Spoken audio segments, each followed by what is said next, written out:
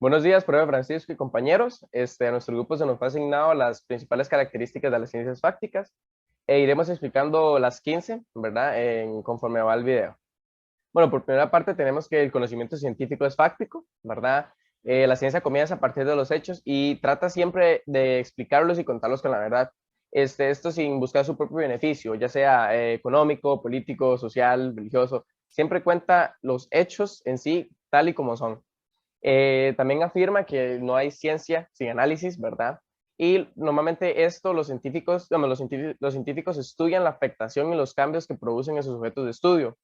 Ellos suponen que el mundo seguirá aunque ellos no estén, aunque de una manera diferente. Por ejemplo, los físicos que perturban los átomos, ¿verdad? O los biólogos que perturban a otras especies. Estudian la perturbación del ser humano en sus objetos de estudio. Por el segundo punto, tenemos que el conocimiento científico trasciende los hechos. Descarta los hechos, produce nuevos y estos mismos los explica, ¿verdad? Busca tratar de sacar toda la información y no solo se limita a observar, ¿verdad? No solo analizan la información por mera coincidencia, sino que analizan bien toda la información, ¿verdad? No aceptan nuevos hechos a menos de que estos se puedan autentificar, esto independientemente de la experiencia que tenga cada científico, no importa si es un científico de 80 años que dice tal cosa, si él no puede autentificar, ¿verdad? Con hechos, sus hipótesis y sus ideas, estas no se aceptan, ¿verdad? Los hechos se pueden explicar por medio de hipótesis y en algunos casos inventan nuevas palabras para explicar estas mismas hipótesis, ¿verdad? Por lo que, por ejemplo, lo que es la palabra átomo, gravedad, ¿verdad? Que son palabras que no existían, pero se crearon para explicar los conceptos, ¿verdad? Este, no son las coincidencias en sí, sino su elaboración teórica y la comparación de datos observacionales con las consecuencias, la principal fuente de descubrimiento de los hechos. La tercera característica es que la ciencia es analítica. Suele decir que una investigación suele conllevar problemas circunscritos. Esto quiere decir que los problemas de la ciencia son parciales y por ende sus soluciones. La investigación cuenta con 3 etapas para realizarse.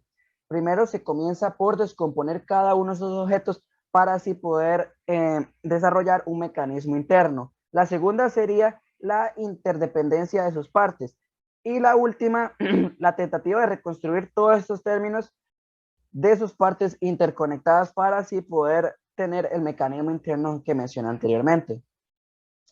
La cuarta característica sería la investigación científica es especializada. Una de las consecuencias claras que presenta el enfoque analítico de los problemas es claramente la especialización.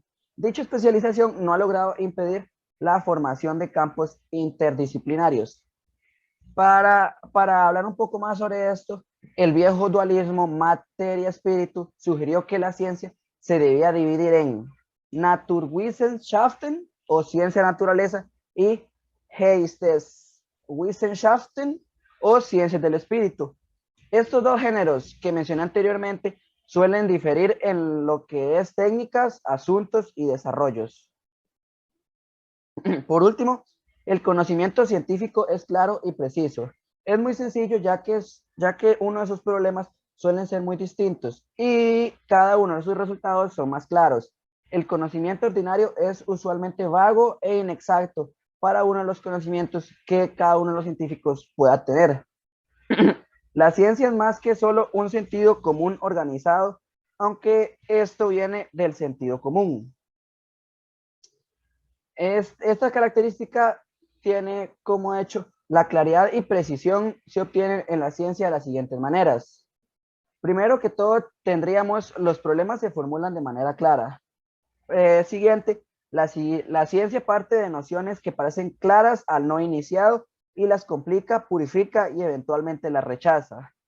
Luego dice que la ciencia define la mayoría de esos conceptos. La cuarta dice que la ciencia crea lenguajes artificiales inventando símbolos para así después poder crear símbolos aún más desarrollados y poderlos desarrollar en problemas y asuntos matemáticos. Y por último, dice que la ciencia procura siempre medir y registrar cada uno de los fenómenos que se le presenten. Buenos días compañeros, compañeras y profesor. La sexta característica de la ciencia nos dice que el conocimiento es comunicable. Por la misma razón de que es claro y preciso, para cualquier persona que tenga conocimiento básico en materia de ciencia, puede adquirir, leer e informarse del conocimiento científico. Dicho de otra manera, el conocimiento científico no es patrimonio privado, sino que este se le ofrece a toda persona que tenga el interés y la capacidad para entender y comprender la ciencia. De este modo, es importante que las personas se eduquen y de una forma u otra adquieran algún tipo de conocimiento científico, ya sean revistas científicas, internet, programas de televisión, libros, documentales, entre otros. La séptima característica del conocimiento nos dice que este es verificable. Por la razón de que es comunicable, es también verificable, así como se pueden leer las investigaciones científicas, y si se tienen los conocimientos y los medios, estas se pueden someter a prueba por medio de la observación y la experimentación, para verificar una contrastación empírica y fáctica de que así ha sucedido y los datos y los resultados publicados son los correctos. De modo que, si un conocimiento no es claro, preciso, comunicable y verificable, este no podría ser llamado conocimiento científico. La octava característica de la ciencia nos dice que la investigación científica es metódica, es decir, no es producto del azar ni de la casualidad, ni depende de los diferentes criterios de cada científico. Esto porque existe un solo método científico y las ciencias se rigen a partir de este método. Por ello, el conocimiento científico es producto de la investigación metódicamente planificada. Voy a continuar hablando de la página 6 y 7. En estas páginas voy a hablar sobre el método científico. El método científico contiene un conjunto de precisiones factibles para el planteamiento de observación y experimentos, para la interpretación de sus resultados y para el planteo mismo de problemas. La manera en que la ciencia inquiere en lo desconocido, las reglas generales del método científico, encontramos las diversas técnicas que se emplean en las ciencias especiales. En ciencias especiales encontramos las técnicas para pensar, para observar microscopios, para analizar compuestos químicos, para dibujar gráficos, para resumir datos empíricos, para reunir información acerca de costumbre. La ciencia es esclava de sus propios métodos y técnicas. Mientras esto tiene éxito, es libre de multiplicar y modificar el movimiento de sus reglas. Les voy a hablar sobre conocimientos. Les voy a hablar sobre el conocimiento científico, sintemático, el conocimiento científico general y el conocimiento científico legal. El conocimiento sintemático es un sistema de ideas conectadas lógicamente entre sí. Quiere decir que procura adecuarse a hechos.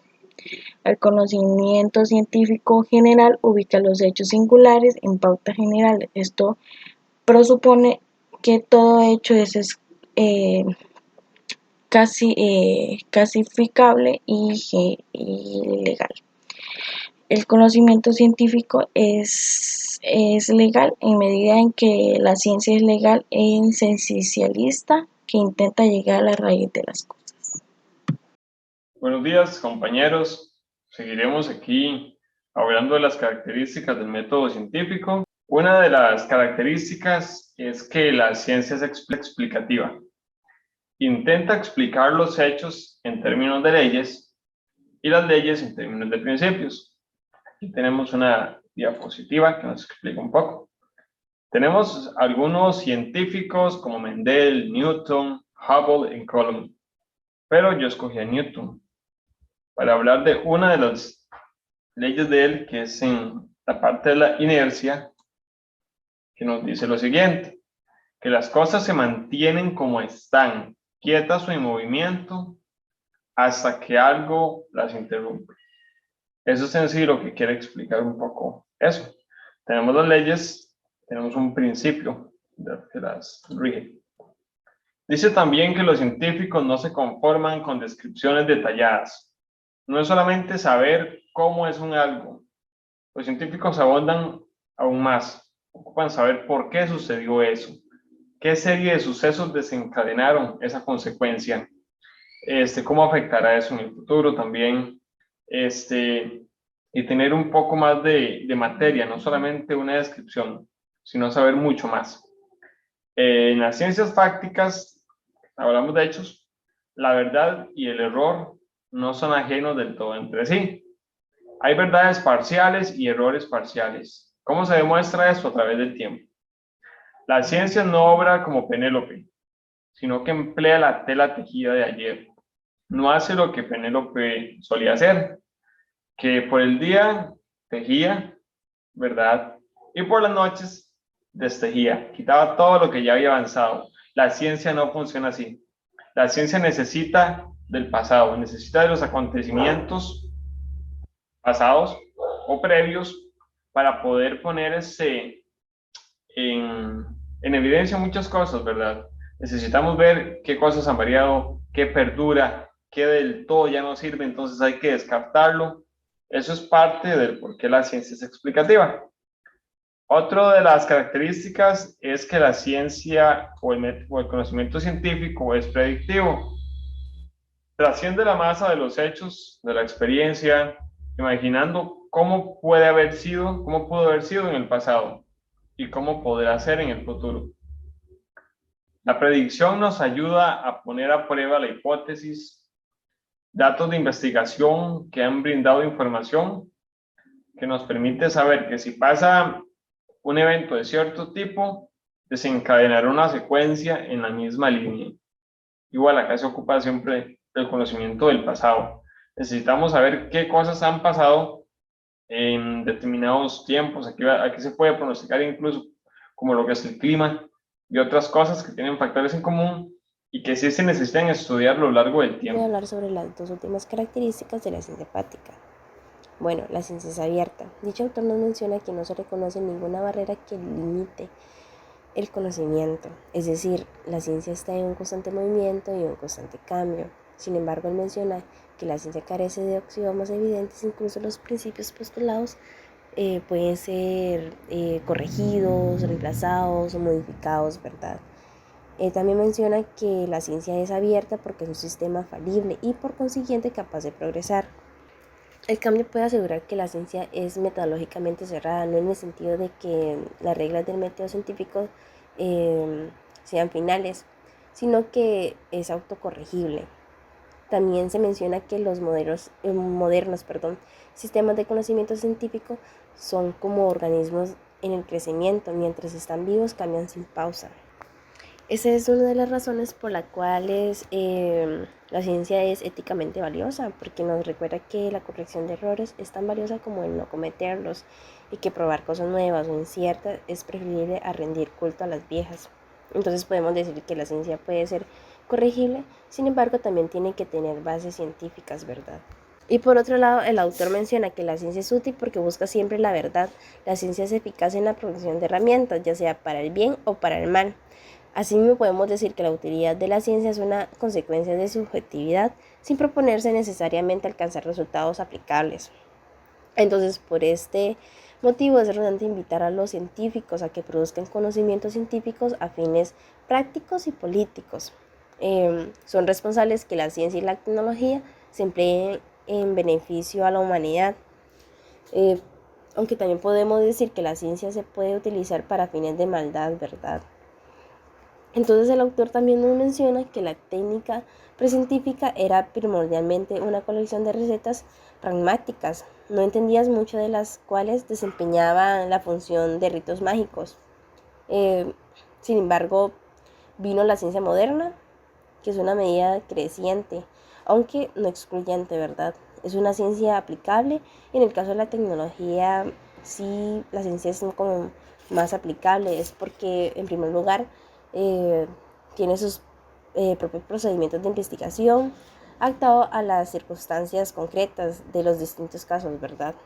En muchos casos se le llama ciencia pura. Y en el segundo lugar, digamos que la tecnología contiene un cúmulo de reglas empíricas, descubiertas antes de los principios de los científicos, en los que, si dichas reglas se confirman, terminan por ser absorbidas. Y hasta aquí nuestra presentación. Gracias por la atención brindada.